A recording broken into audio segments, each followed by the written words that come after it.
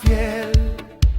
Mi alma canta a ti, canta mi alma, oh Rey de Israel, a ti levanto mi ser. Shabbat Shalom. Aleluya. Bienvenidos a este día de Shabbat, este día de poder recordar las bendiciones que el Eterno ha hecho durante toda la semana con nosotros.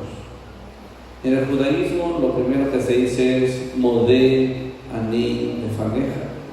Cuando recién te levantas por la mañana, dice Modé. ¿Qué significa Modé?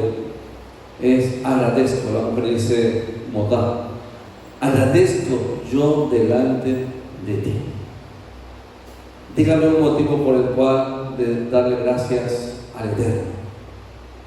No solamente uno, sino miles de motivos por los cuales estar agradecidos con el Eterno.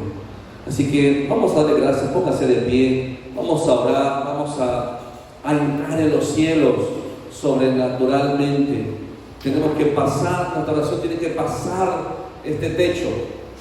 De hecho, cuando estamos recitando los salmos, es una forma de orar. Estamos orando, estamos conectándonos con el Eterno. Y la única manera de conectarnos con Él es este camino, la oración.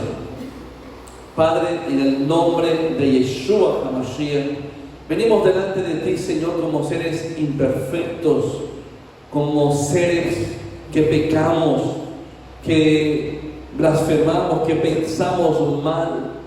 Padre, hoy queremos arrepentirnos, hacer teshuvá delante de ti. Te pedimos perdón por nuestros pecados, perdona nuestras ofensas, perdona nuestros pensamientos, perdona todo aquello que sale de nuestra boca. Padre, santifica nuestros labios. Padre, te pedimos perdón por todos nuestros pecados.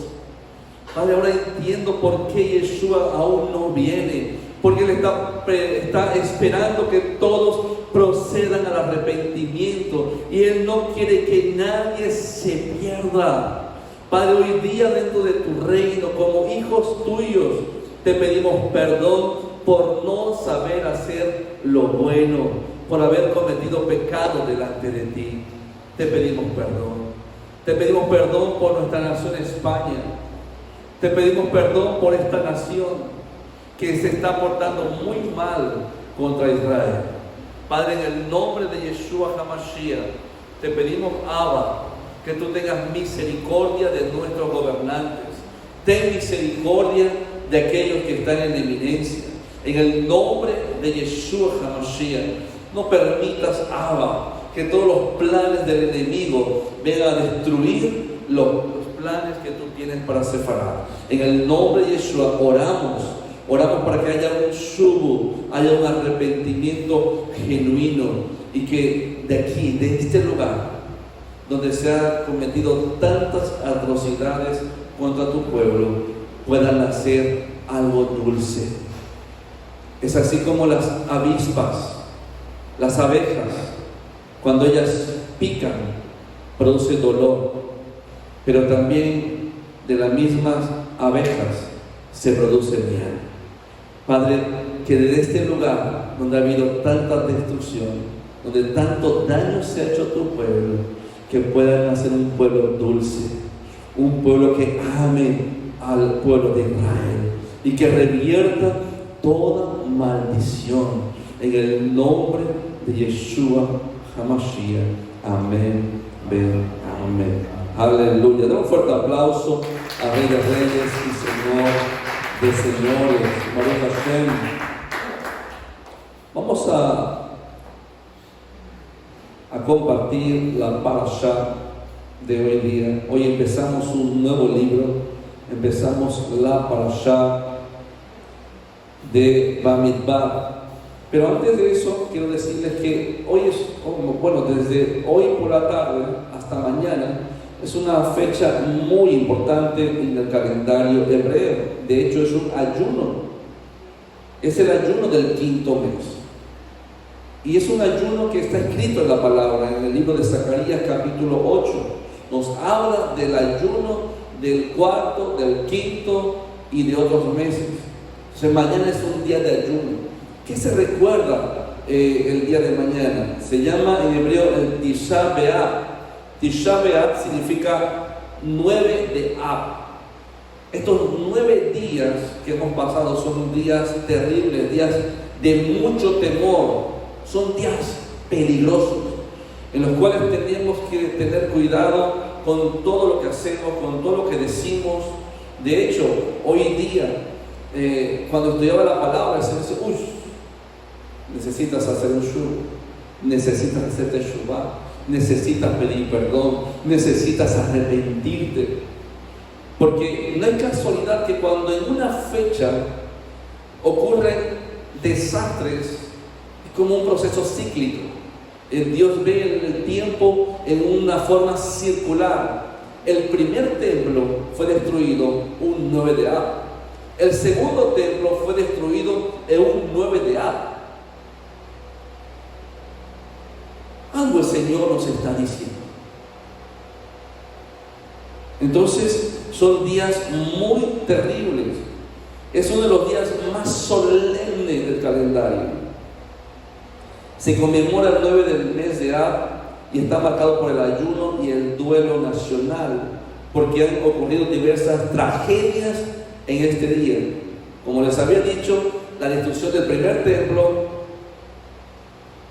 la destrucción del segundo templo, el primero por Babilonia, el segundo por Roma. También fue la expulsión de los judíos de España, un 9 de Ab, un 3 de agosto. Cuando un patrón se repite a nivel de historia o a nivel de Torah, enciende las luces, enciende las luces. Algo el Eterno nos está diciendo. También un 9 de Ab hubo la expulsión de los judíos de Inglaterra en 1290. El inicio de la Primera Guerra Mundial también fue un 9 de Ab. Las deportaciones del gueto de Varsovia a campos de exterminio durante la Shoah, durante el Holocausto, también fue un 9 de Ab. Entonces mañana es un día para estar en ayuno y se recomienda leer el libro de Lamentaciones. Está prohibido en el judaísmo leer textos de alegría, porque son días que se recuerdan los desastres o los duelos que han ocurrido con Israel. Y después del 9 de Ab, ¿qué viene? El 10 de Ab. Después del 9 de Ab ya viene un periodo de más tranquilidad, viene un periodo de paz, un periodo de alegría. Como decía hace un momento, así como la oveja pica con su aguijón, pero es de la misma abeja también que se produce la miel. Y esto también nos tiene una gran enseñanza para nosotros, que aquello que nos destruye o aquello que nos quiere dañar, tenemos que usarlo para que se convierta en algo dulce. Amén. Y no estar ahí cabizbajo como víctima, sino reponerse, porque todo obra para bien. Amén. Aleluya. Vamos a abrir nuestras Biblias. Vamos a abrir. Voy a ver si puedo compartir con los hermanos que están aquí con nosotros.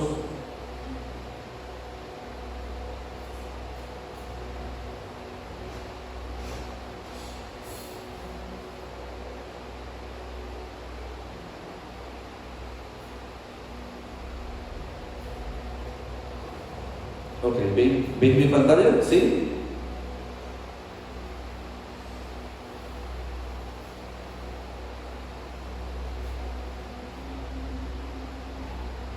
Vale, perfecto. Vamos a ver. Ok. Muy bien. oración de la Torah. Baruch atah Adonai Eloheinu melech haolam, asher kideshanu b'mitzvotav v'tzivanu al divrei Torah. Bendito eres tú, Adonai, Rey del universo, que nos has santificado con tus mandamientos y nos has ordenado el estudio de tu Torah. Si puedo compartir allí en la pantalla, por favor, del ordenador, poder duplicar pantalla, así vamos también siguiendo aquí esta pantalla. El libro de Deuteronomio es un libro, que en hebreo es Devarim y significa palabras. Son las palabras que dijo Moshe antes de partir, antes de que el pueblo entrara en la tierra prometida. La temática de esta clase o de este libro es el estudio del libro.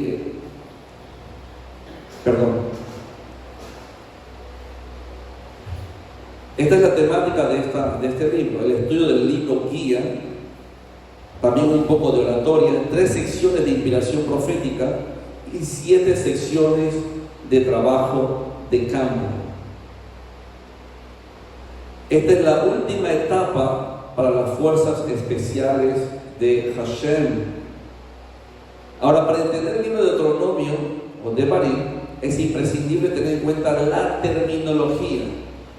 Es estudiar los términos, qué significa Devarim y qué significa Deuteronomio, que es una palabra en griego. Y está escrito en Deuteronomio 1:1. Estas son las palabras que habló Moshe a todo Israel a este lado del Jordán en el desierto, en el Arabá frente al Mar Rojo, entre Parán, Tofel, Labán, Haserot y Disahar. En los libros anteriores de la Torá, Moisés escribía su contenido según Hashem le iba dictando.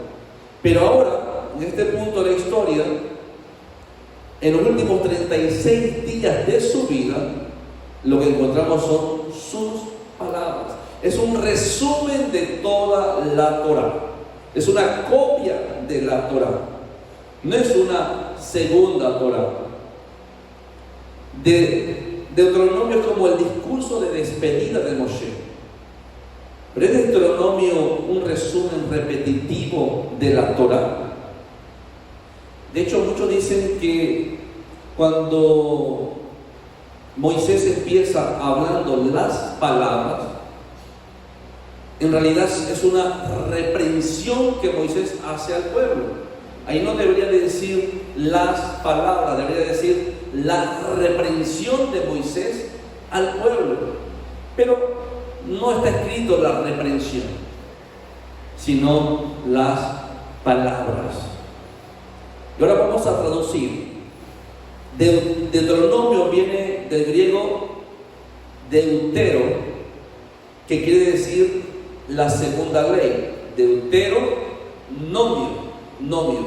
que quiere decir la segunda ley. Ahora, traducir del hebreo original a otro idioma, como al griego, al latín, al alemán, al inglés, al español, imagínense cuántas traducciones ha tenido la Biblia, desde el hebreo. Entonces, y cada intérprete ha traducido la Biblia como según su cultura, según su perspectiva, y es por eso que hoy en día tenemos cientos y cientos o miles de versiones. Y ahí es donde el mensaje original se ha difuminado. Entonces, no solamente estamos lidiando con diferentes lenguajes, sino con diferentes culturas. Y las palabras no siempre tienen el mismo significado.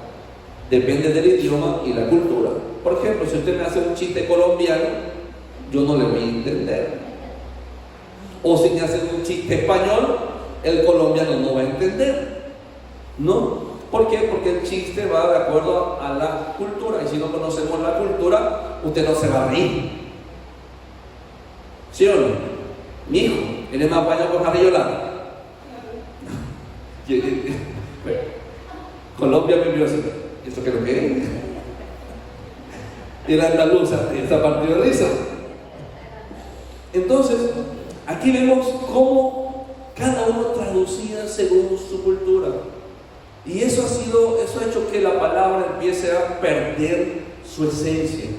Y lo que estamos haciendo aquí es una restauración. Estamos quitando, en hebreo se dice klipot, que son las cáscaras que ha ido poniéndole la cultura, los años, la política, la religión a la palabra. Y luchar en contra de la cultura engendra una guerra que a veces tiene que te quedas solo en esta guerra. Cuando tú mirabas, empezaste con 1000 y cuando de repente vas a entrar, ¿dónde están los que estaban conmigo? ¿Cuántos salieron de Egipto? ¿Cuántos entraron a la tierra prometida?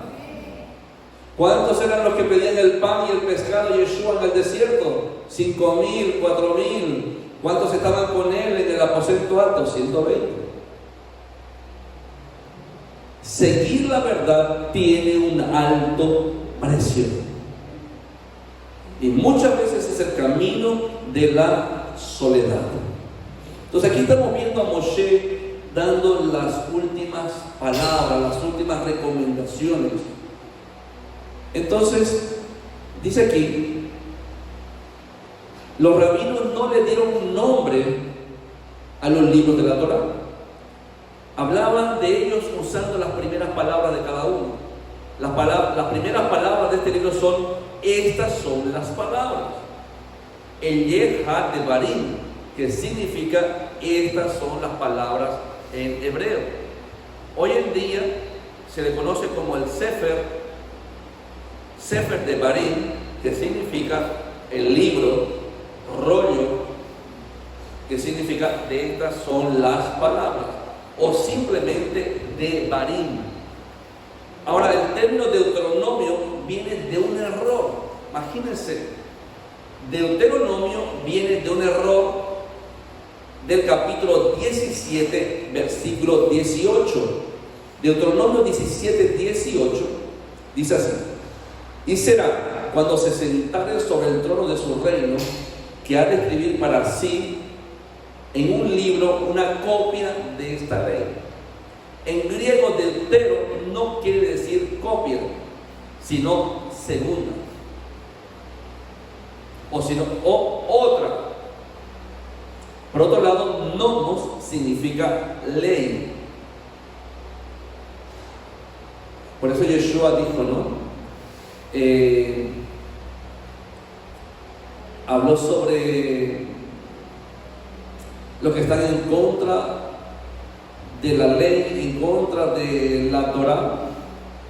¿Se acuerdan del versículo de Anomia? Los que están sin Torá. Mateo 7, 21, 22, 23. Sí. ¿Qué dice el libro? El texto.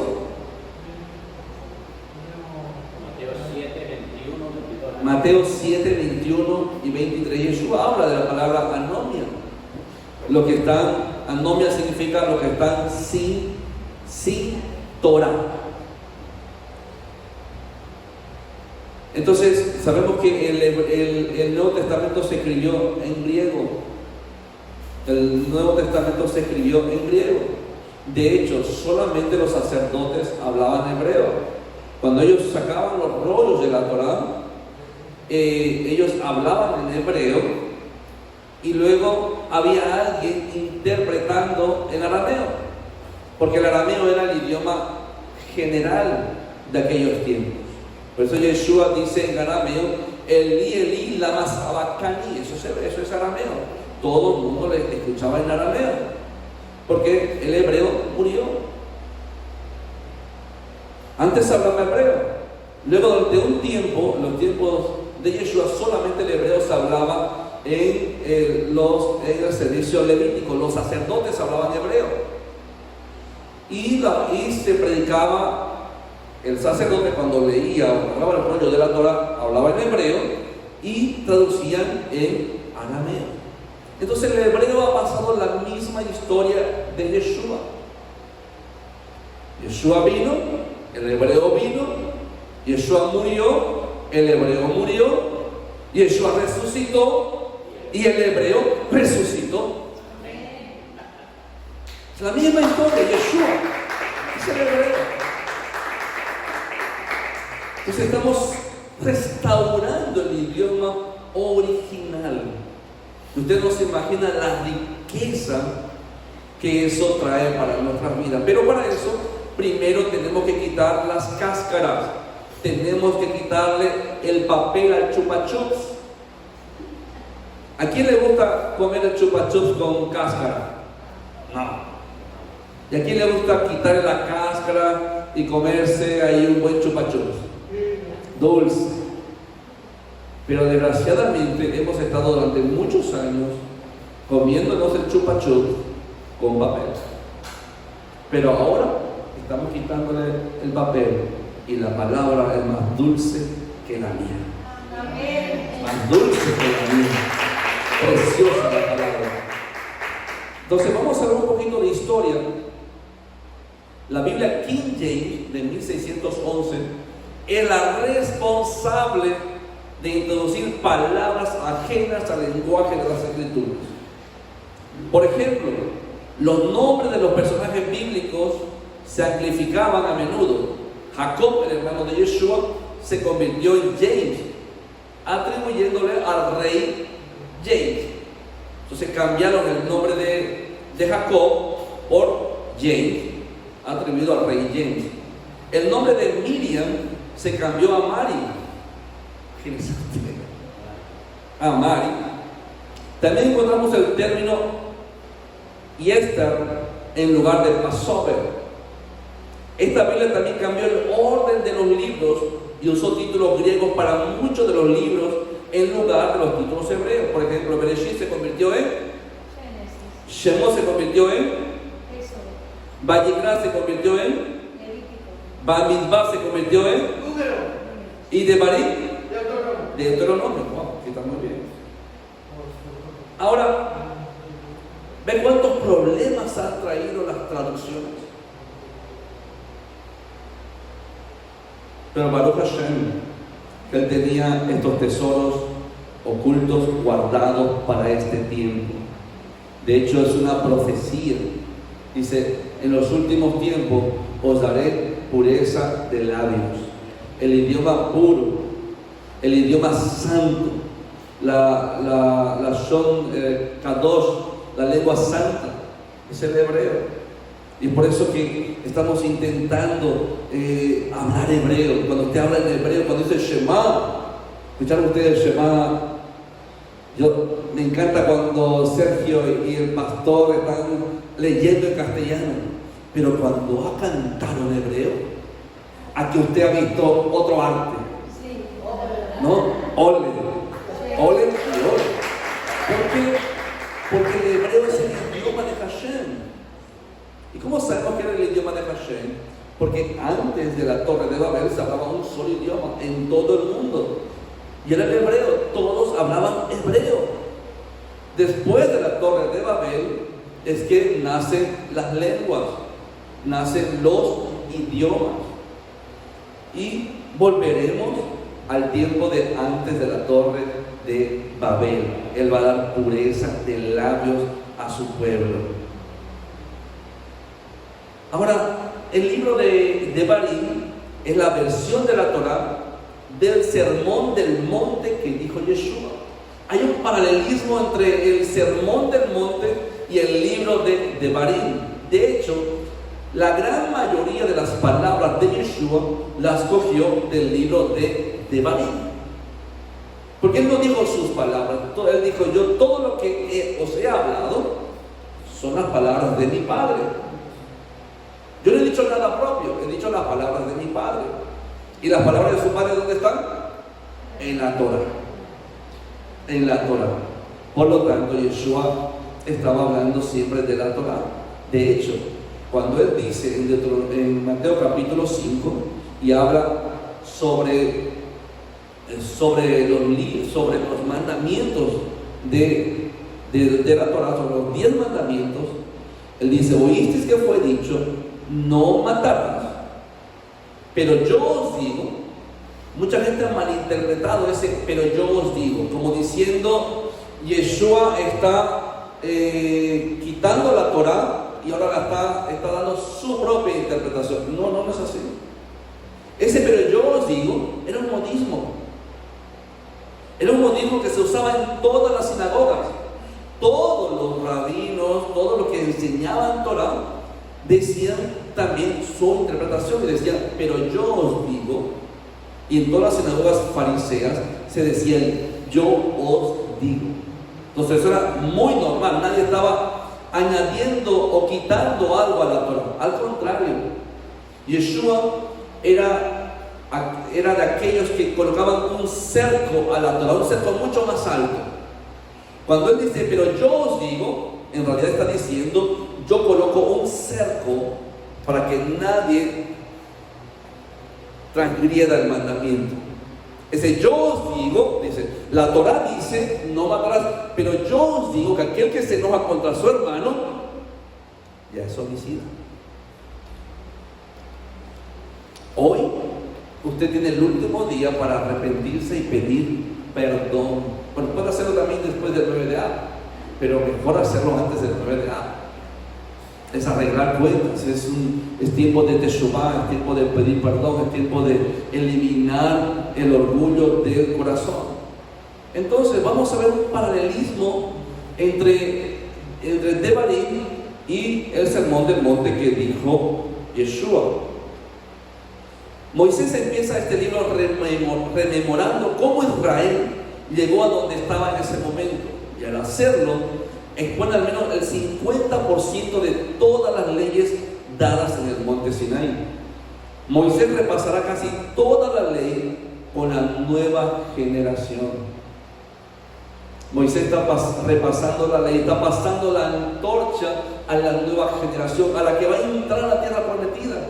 ¿Quiénes eran los que van a entrar a la tierra prometida? Todos los menores de 20 años, la nueva generación. Imagínense, todos los jovencitos estaban ahí. Moisés está dando el discurso a toda una generación de jóvenes. Mis hermanos, tenemos que orar por eso. Tenemos que ver esta generación llena de jóvenes. Vuelvo a repetir. Tenemos que ver esta congregación llena de jóvenes. Tenemos que traspasar la Torá a la nueva generación.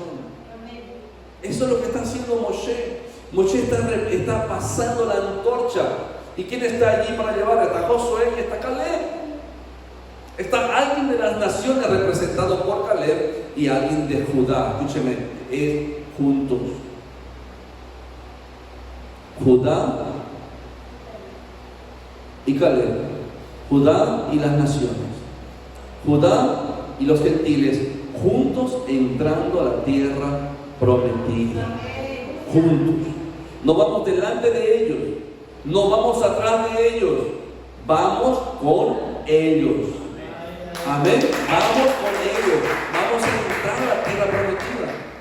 Y si se dan cuenta, es como Moisés y Yeshua tienen un parecido impresionante. Y lo pone aquí, dice: Moisés lleva las instrucciones de Dios de su nivel puramente físico a un nivel espiritual más elevado, igual que Yeshua. Yeshua elevó la Torah. Yeshua podía elevar la Torah, él podía dar una interpretación, pero la interpretación no es para disminuir el mandamiento o para quitarle valor al mandamiento. Puede dar una interpretación siempre y cuando sea para subir el nivel, o sea, para proteger la Torah. En realidad, lo que hace el judaísmo hoy en día con todas las tradiciones, que quizás la podemos ver nosotros como aburridas, como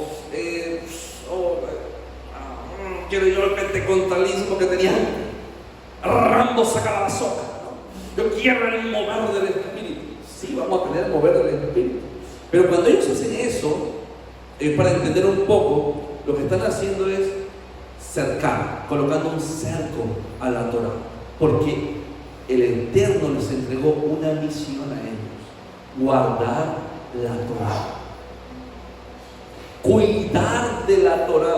Y gracias a ese cerco, hoy en día tenemos la Torá. Hoy en día podemos predicar, podemos leer la Torá gracias a que ellos han cuidado el libro, han guardado el libro. Fue un pueblo que estuvo 2000 años fuera de su tierra y aún así guardaron la Torá. Y ahora son perseguidos en el mundo entero por guardar la Torá, por seguir la Torá. Han pagado un alto precio por mantener la Torá guardada. ¿Qué página está? ¿Qué página está? ¿Para qué actual página está usted? No sé qué página, lo que estoy diciendo es lo que sale del corazón. Esa es la página 3. Les voy a compartir, me parece que esta para allá no se la compartí en el grupo, se las voy a compartir en el grupo de la Keilah. Si ustedes van al grupo de la Keilah, estoy en la página número 3. Les va a llegar en 2 segundos más. Ok, ya la tenéis en el grupo. Estoy en la página número 3.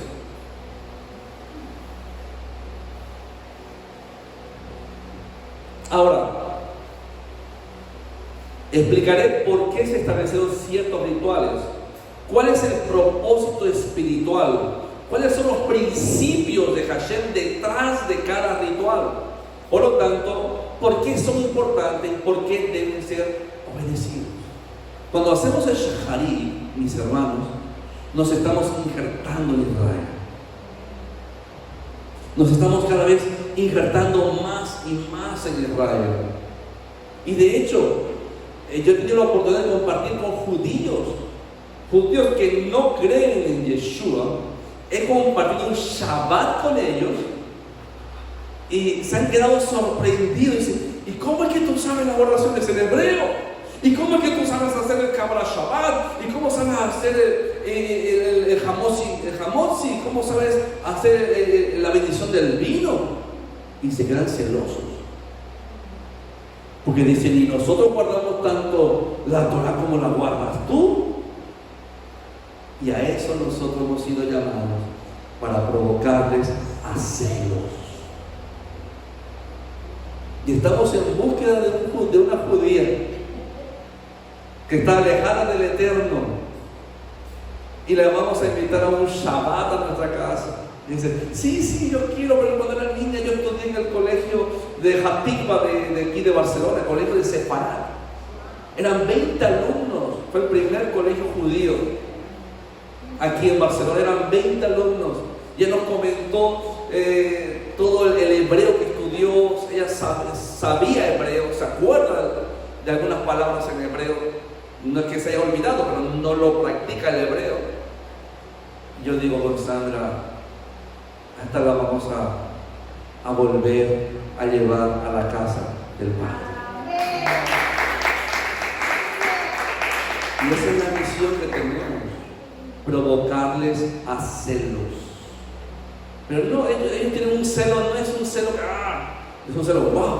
Pero si tú no eres judío y estás siguiendo la Torah mejor que yo, wow, eso le va a dar celo. Ellos van a hacer que,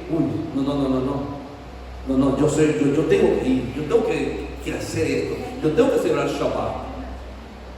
Y se animan, exactamente. No estamos para juzgarlo, porque en un día todo Israel será salvo.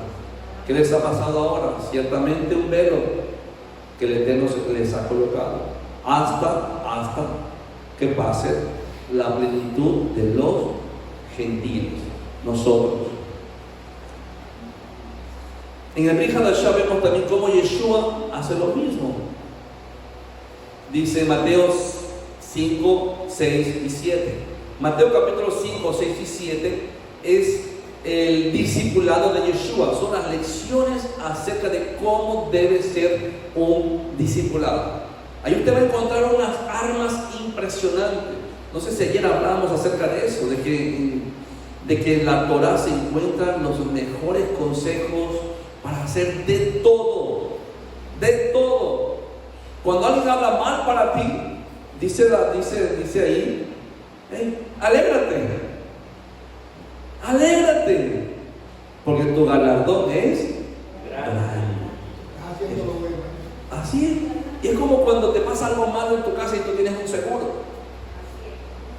Se te rompe algo, llamas al seguro y te cambia todo el suelo de la casa. Dices, wow, Baruch Hashem, solamente se le rompió algo y ahora te cambian todo el suelo. Así es el Eterno. Si hablan mal para ti, tranquilo, tu galardón será mucho más grande que aquello que te han hecho. Amén. Y eso es lo que dice la palabra. Alégrate. ¿Cuántos están pasando por problemas? Aleluya, alégrate, hermano. Es así. Entonces vamos a ver cómo dice en Deuteronomio, Moisés llevó las instrucciones de Hashem de un plano físico a un plano espiritual. Y en el sermón del monte, Yeshua toma el elemento espiritual que Moisés le dio a la ley y lo lleva a un nivel espiritual aún más alto. Oíste que fue dicho, no cometerás adulterio, pero yo os digo que aquel que mira a una mujer para codiciarla, ya cometió adulterio. A Yeshua le dio un nivel más alto. Él está colocando un cerco. ¿Sí, hermana?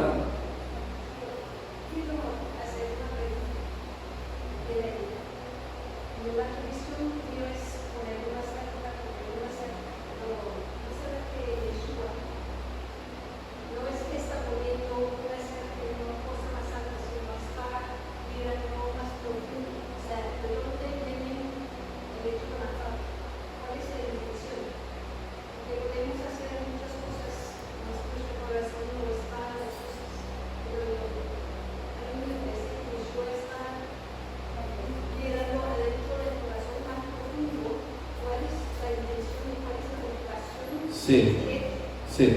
La pregunta de la hermana, para que escuchen aquí, es que Yeshua, cuando está hablando acerca de este cerco, ella dice que quizás Yeshua lo que está haciendo es mirar más profundo, más en el interior, ir más adentro. Y en realidad es eso. En realidad, cuando hablo de cerco, hay que entender el significado de la palabra cerco. Un cerco es una protección. Es proteger.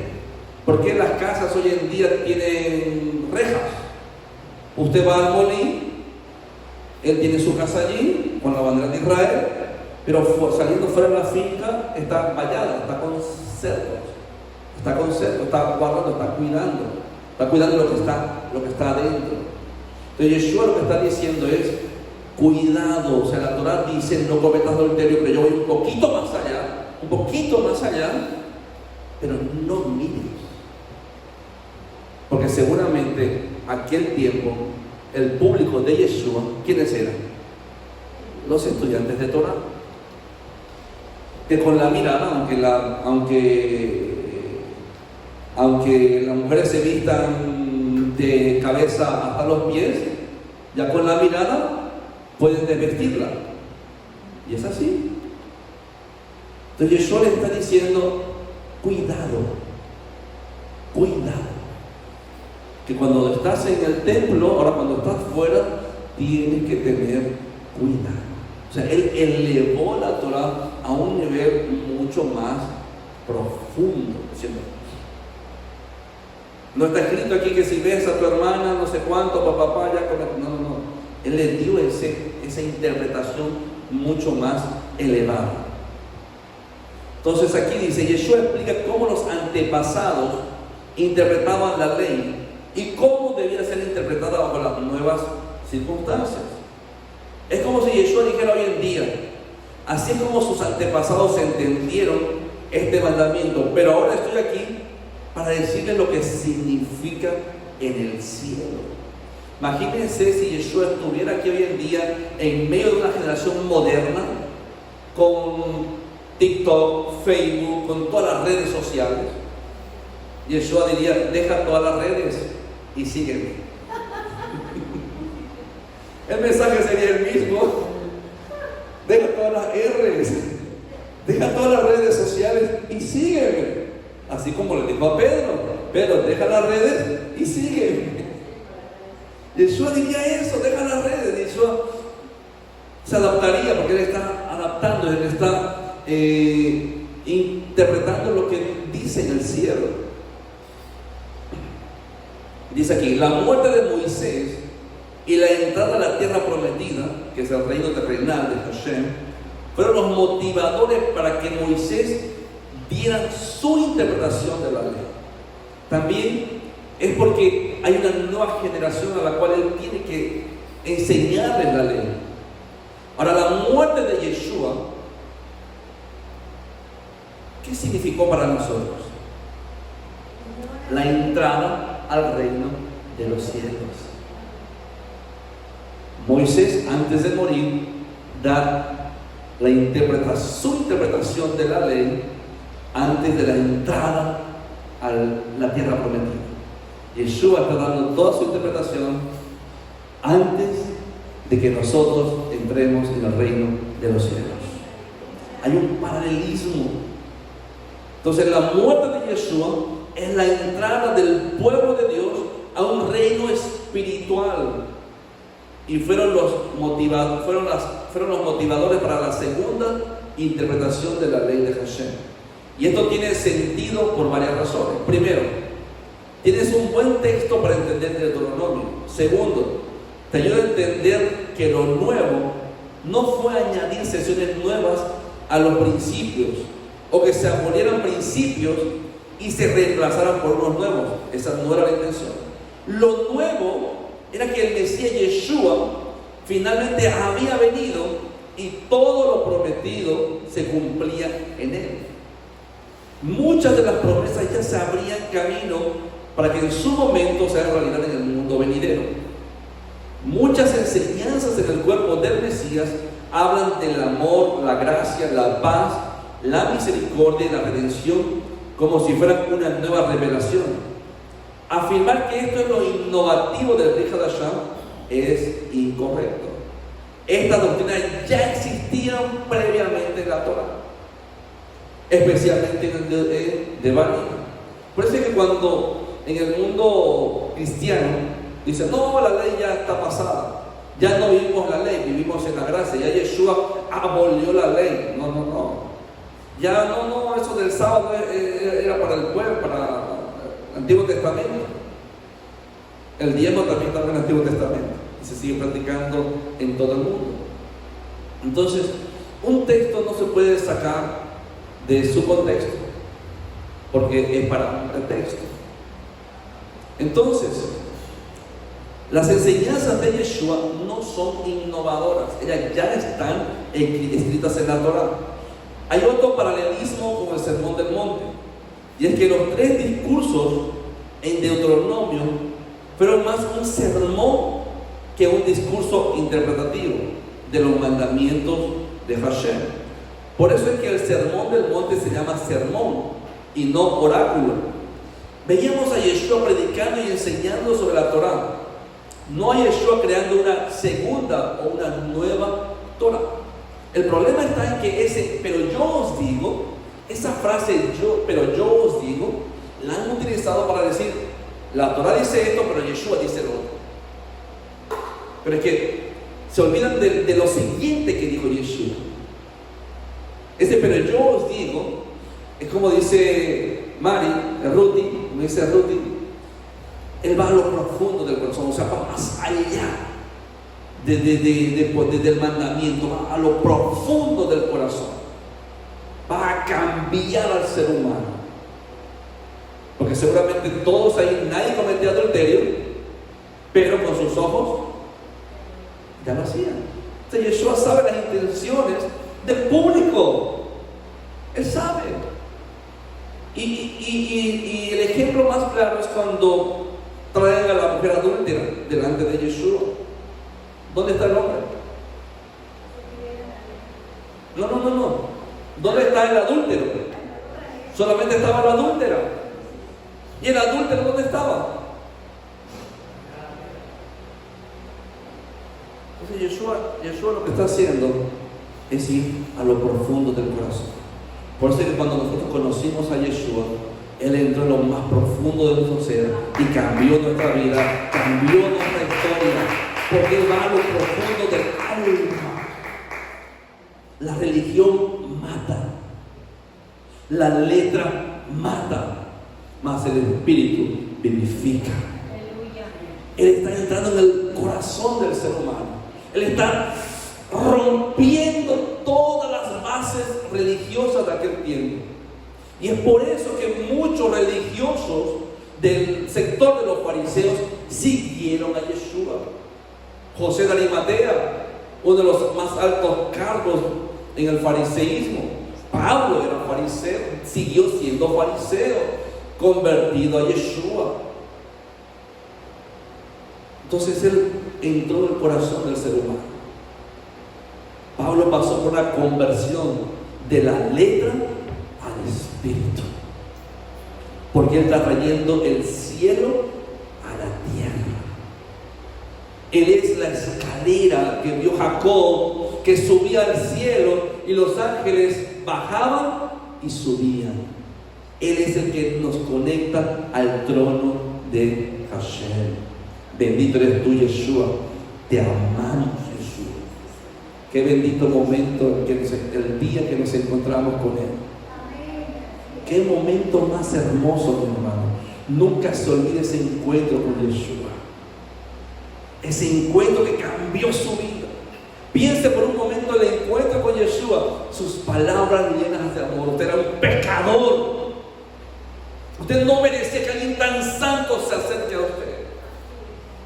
Y a Él no le importó ensuciarse.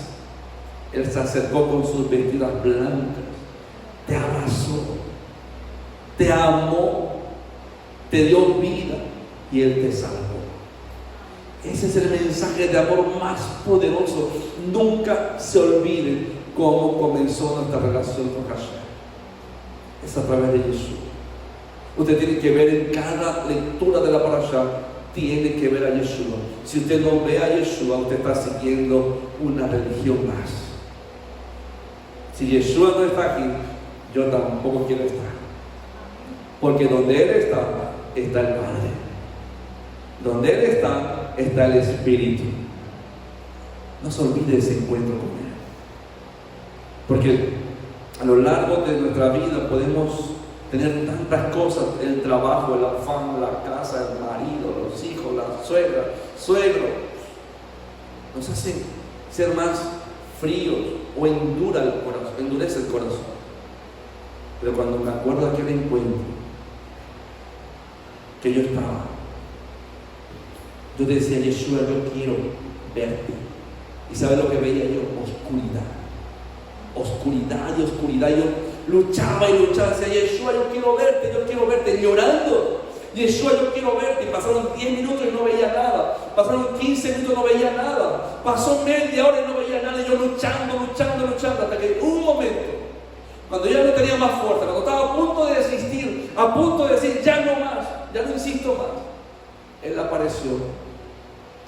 Vi a lo lejos una puerta que se abre, una luz resplandeciente, y veo a Yeshua. No le veo el rostro, pero veo una luz resplandeciente que me dice: ven. ¿Sabe qué? Yo me levanté y no pude ir. ¿Sabe qué me pasó? Estaba con cadenas. Tenía cadenas en los pies, tenía cadenas en las manos. Y Yeshua se acercó a mí. Y cuando Él se acercó, las cadenas se rompieron. Fue mi encuentro más maravilloso con Él, que nunca lo voy a olvidar. No olvide cómo empezó su relación con Yeshua, cómo empezó su relación con Jesús. Sí, Jesús. No haga problema, porque hoy en día uno le llama a Jesús Yeshua. Baruch Hashem, que nosotros hemos caído en la revelación, pero antes le llamábamos Jesús, y así era, aún nos contestaba. Aún así nos contestaba.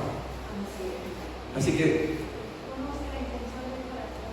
mi hermano, la religión mata. El peor enemigo que tenemos es la religión. Hay gente que ha estado a punto de entrar ahí, de aquí de la puerta, y porque escucharon que ustedes dijeron amén, se fueron. La religión mata. La religión es horrible. Pero el Espíritu da vida. Yeshua da vida.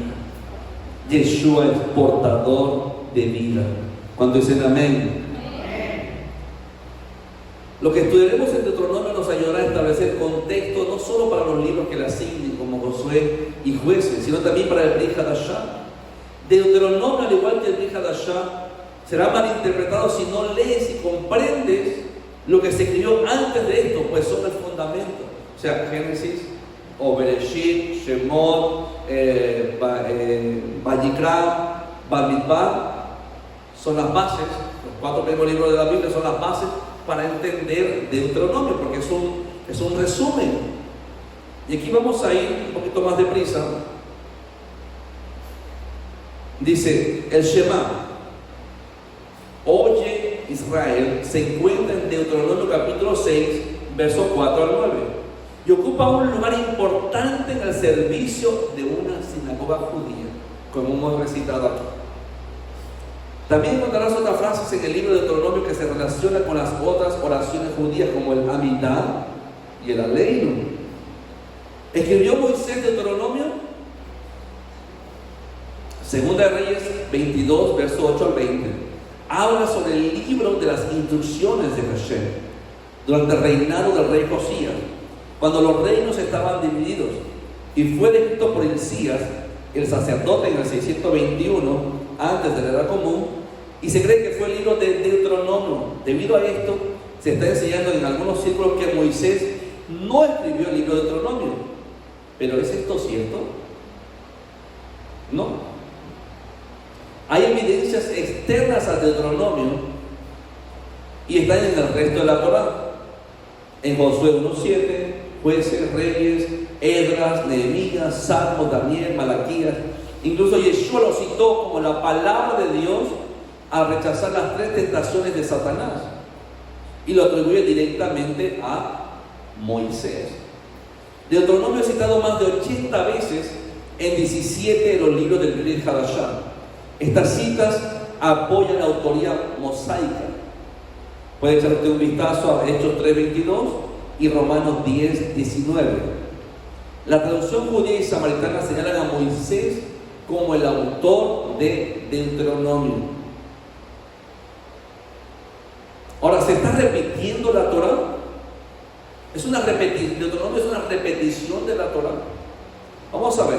La base para interpretar correctamente el 5.º libro de la Torá son los 4 anteriores. Cada uno se construye sobre el otro. Por ejemplo, Bereshit tiene 12 parashot, 50 capítulos y 1533 versículos. ¿Cuál es el propósito de Génesis? Registrar la creación del mundo, la elección de una nación especial, pero solo se mencionan 63 versículos de Génesis en Deuteronomio. Éxodo o Shemot tiene 11 parashot, 40 capítulos, 1213 versículos. Su propósito es registrar el éxodo de Israel desde Egipto hasta su llegada al monte Sinaí, la entrega de la Torá y la construcción del Mishkan, que se cubre en los capítulos 25 al 40, menos un capítulo que está en este libro. Deuteronomio da muy poco detalle del éxodo y ningún detalle del Mishkan. Ahora, en el libro de Deuteronomio la mayoría de las historias se repiten, pero casi ninguno de los mandamientos registrados en números. Deuteronomio tiene 11 parashot, 34 capítulos y 958 versículos. El propósito del libro es registrar los 3 discursos que se enfocan en pasar el pacto a la nueva generación que se prepara para entrar a la tierra prometida. Deuteronomio también presenta una serie de mandamientos que no están presentes en los otros libros. Deuteronomio no es un resumen de la Torá, es una lista de las instrucciones de Dios que deben repetirse diariamente. Y a los reyes de Israel se les exigía que le estudiaran todos los días. Era un requisito que los reyes de Israel pudieran estudiar todos los días el libro de Devarim.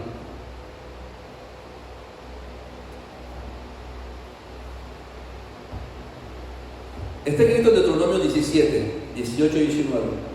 Y cuando se siente sobre el trono de su reino, entonces escribirá para sí en un libro una copia de esta ley, del original que está al cuidado de los sacerdotes levitas, y lo tendrá consigo, y leerá en él todos los días de su vida, para que aprenda a temer al Señor su Dios, para guardar todas las palabras de esta ley y estos estatutos, para ponerlos por obra. Esa era una instrucción para los reyes. Los reyes tenían que tener una copia del libro de Devarim y tienen que estudiarlo todos los días para que aprendan a temer al Eterno. Entonces se puede comparar la Torah con los evangelios de Brit Hadashah. Desde Génesis hasta Números puedes hacer un paralelismo con los evangelios sinópticos de Mateo y Lucas. Y a través de las historias vas a ver cómo se plasman los caminos de Hashem. Por otro lado, Deuteronomio se puede comparar con el libro de Juan. ¿Por qué? Ambos libros presentan los elementos faltantes, dan el significado espiritual de la historia que se narra en los otros libros. Y además retratan algo muy importante: el amor de Dios. ¿Qué dice Juan 3:17? ¿Qué dice Juan 3:16? A ver, lo que han hecho catequesis.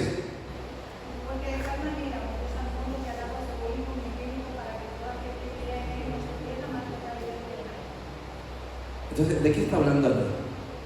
Del amor.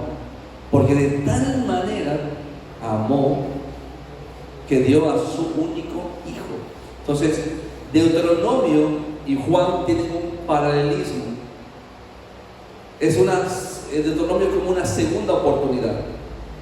Dice en el versículo 6 del capítulo 1: el Señor nuestro Dios nos habló en Horeb, diciendo: habéis estado bastante tiempo en este monte, volveos e id al monte del Amorreo y a todas sus comarcas en el Arabá, en el monte, en los valles, en el Negev y junto a la costa del mar, a la tierra del Cananeo y al Líbano, hasta el gran río, el río Éufrates.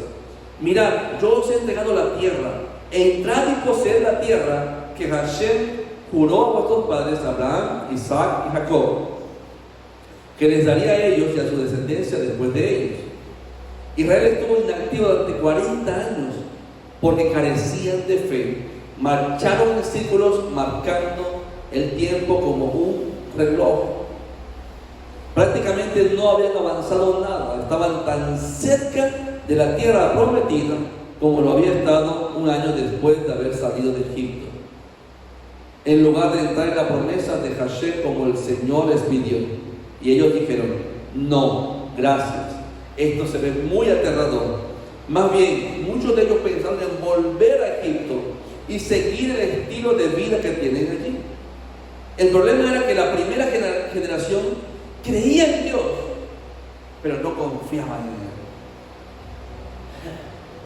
Él. Eso es terrible. Ellos estaban esperando la venida del Mesías. Ellos querían salir de querían salir de Egipto, querían ir a la tierra prometida. Ellos creían, pero en medio de las circunstancias no confiaban en Hashem. Y eso lo podemos ver que muchas veces ellos dijeron: no hubiésemos mejor muerto en Egipto. Queremos volver a Egipto. Creían en Dios, pero no confiaban en Él.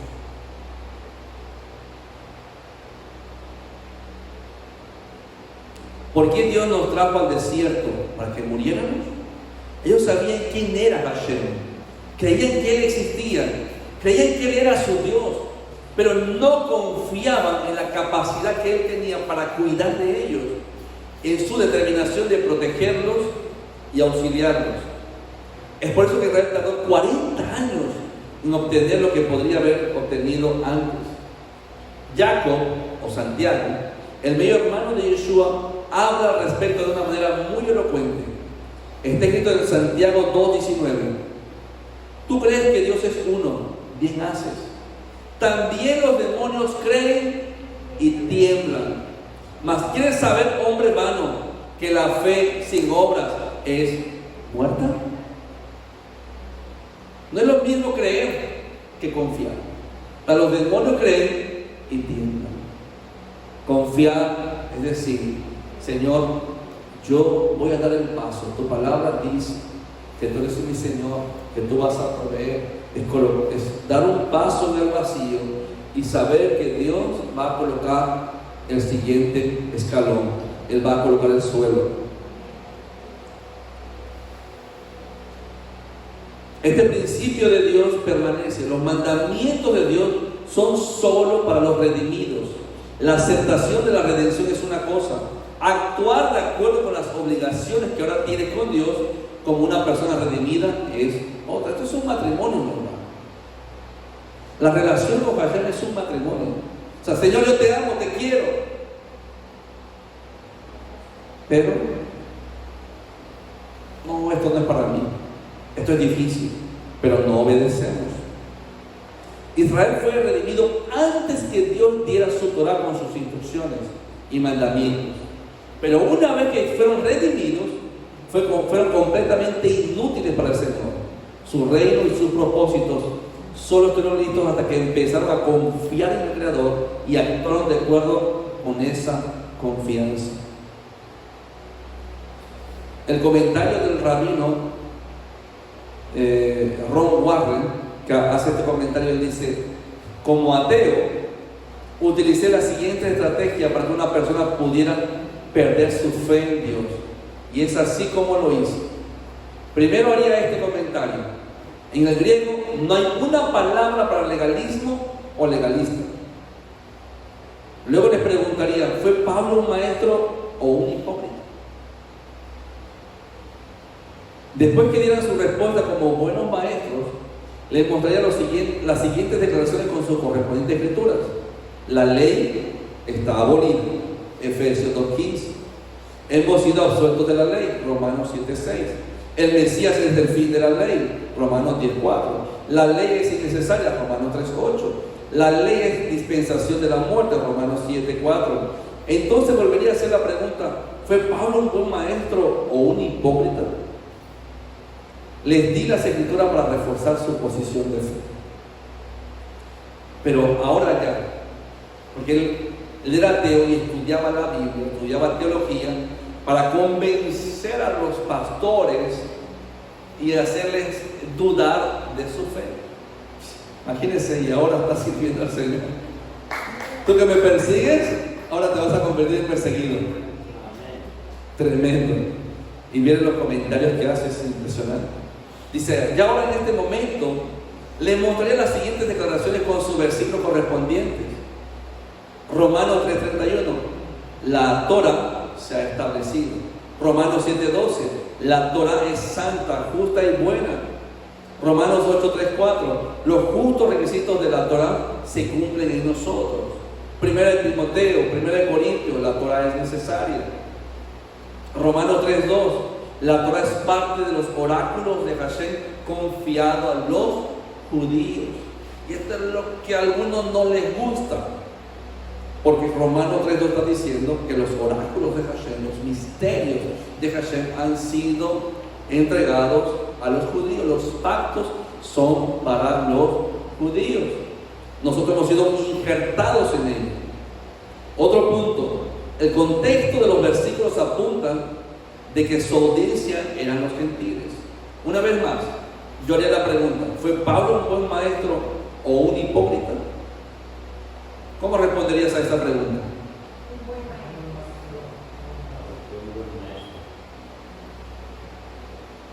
Dice: es importante tener en cuenta que el contexto de la escritura determina el entendimiento. Claro, hay que saber cuando tú dices: Pablo dijo que la ley estaba muerta. No, que la ley está abolida. Hay que saber en qué contexto habló Pablo y a cuál de las leyes se refería. Porque había 5 leyes. Estaba la ley del pecado, la ley de la muerte, ¿no? Y había todo un grupo de leyes que lo estudiamos en la escuela de Tartines. ¿Os acordáis? O sea, ¿qué ley se está refiriendo Pablo? Cuando te digan a ti, no, es que Pablo dice esto de la ley. Bueno, tú le preguntas, ¿cuál de las 5 leyes? ¿Hay 5 leyes? Sí, hay 5 leyes. Siempre hay que estudiar en el contexto. Aleluya. Bueno, ya se nos ha hecho muy tarde. Ustedes tienen aquí la parashá, ustedes pueden seguir estudiando, tienen todo el día para estudiar, tienen ahí hasta el día de, bueno, quizás hasta la semana que viene pueden seguir estudiando. Vamos a ponernos de pie, vamos a darle gracias al Señor porque tenemos este libro lleno de amor, libro de Barín. Es impresionante todo lo que el Señor nos está entregando y aún lo que se viene será tremendo. Decirles que para final de año, para final de mes, de este mes de agosto, a partir del 18 estaremos en Galicia. Nos vamos al norte, estaremos en Galicia y estaremos compartiendo la Torah con los hermanos de Galicia.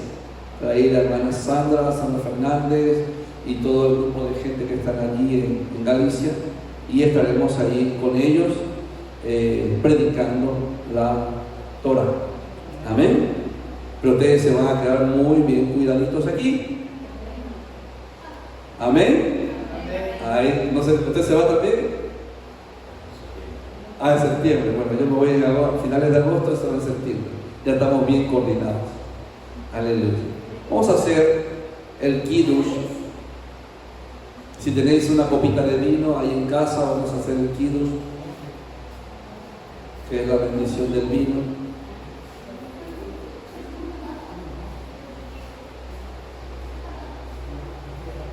Aleluya. Tenemos a los hermanos aquí, los hermanos de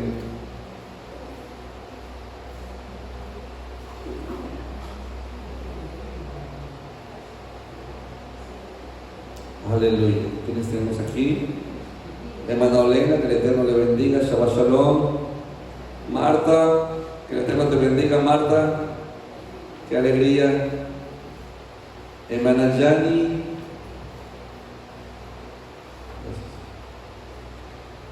Hermana Yani, que el Señor la bendiga. Hermana Puri desde Holanda, que el Eterno le bendiga. Hermana Yaceni Salazar, creo que es nueva, ¿no? Hermana Yaceni Salazar. ¿Sí? Hermana Yaceni Salazar.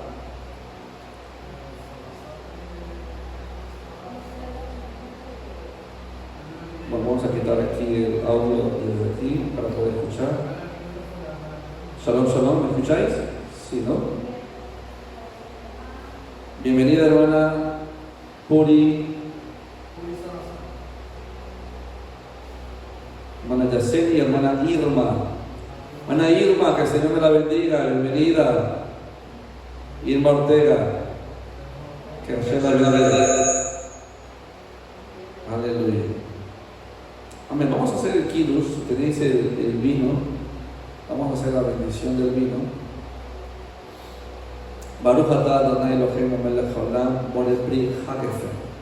Bendito sea el Dios del cielo, Rey del universo, que nos ha dado el fruto de la vida. Baruch haba b'shem Yeshua. Bendito sea el nombre de Yeshua. Amén. Lejaim, por la vida.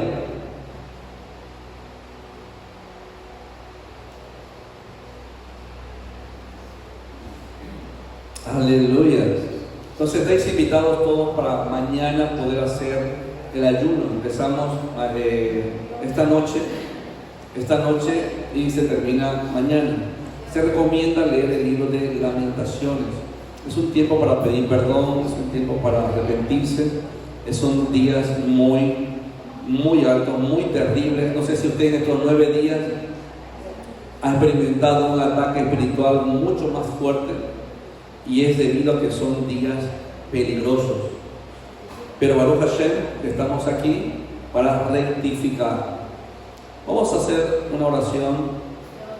¿Dónde está el libro?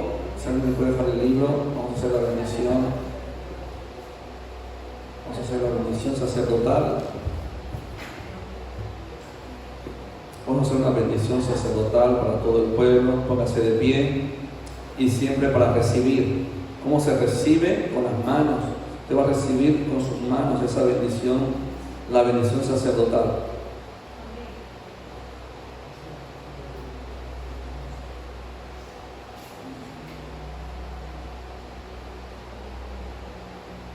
Aleluya. Dice así. Yevarejeja Adonai beish mereja, Yaer Adonai panaf eleja, Bijuneka, Isa Adonai panaf eleja, Beyase leja shalom. Que Adonai te bendiga y te proteja, que Adonai ilumine su rostro sobre ti y te dé gracia, que Adonai dirija su faz hacia ti y te establezca la paz. Shabbat shalom.